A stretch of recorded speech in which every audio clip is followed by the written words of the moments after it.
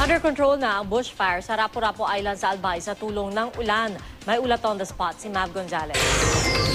Mav? Pia, pagkatapos nga ng 5 araw, idineklara na kahapon na under control ang bushfire dito sa Rapu-Rapu Island sa Albay. At kahapon, doon sa aerial inspection natin, nakita natin na maliit na lang talagang bahagi ng isla ang apektado ng sunog. Sa aerial inspection ng lokal na pamahalaan ng Albay kanina, makikita ang lawak ng pinsala sa kagubatan na dinaanan ng sunog na nagsimula noon pang Huwebes. Pero may ilang parte pa rin na may apoy. Libo-libong litro na ng tubig ang nagamit sa heli-bucket operation ng Air Force. Pero ang itinuturing nilang milagro na tumulong umapula sa apoy, ang pag-ulan kagabi sa Rapu-Rapu Island. Naganap tayo ng cloud seeding. Hindi tayo nakahanap ng aeroplano.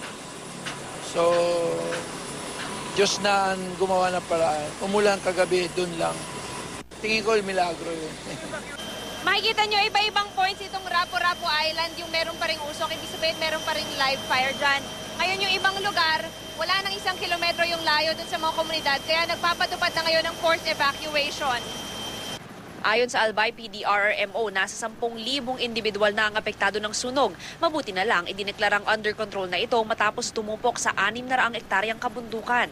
Gayunpaman, plinansya na ng lokal na pamahalaan ang forced evacuation para sa mga tatamaang lugar, partikular ang barangay Morok-Borokan. There are three things we're trying to do. One, evacuate the people. The second objective is to defend the settlements. Ibig sabihin yung mga bahay doon.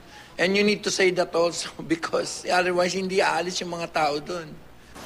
Pero bago makarating ang barge na dapat magdadala ng evacuee sa katabing Batan Island, kanya-kanyang alsa-balutan na ang mga taga Rapu-Rapu Island. Karamihan kasi ng taga rito may sariling bangka.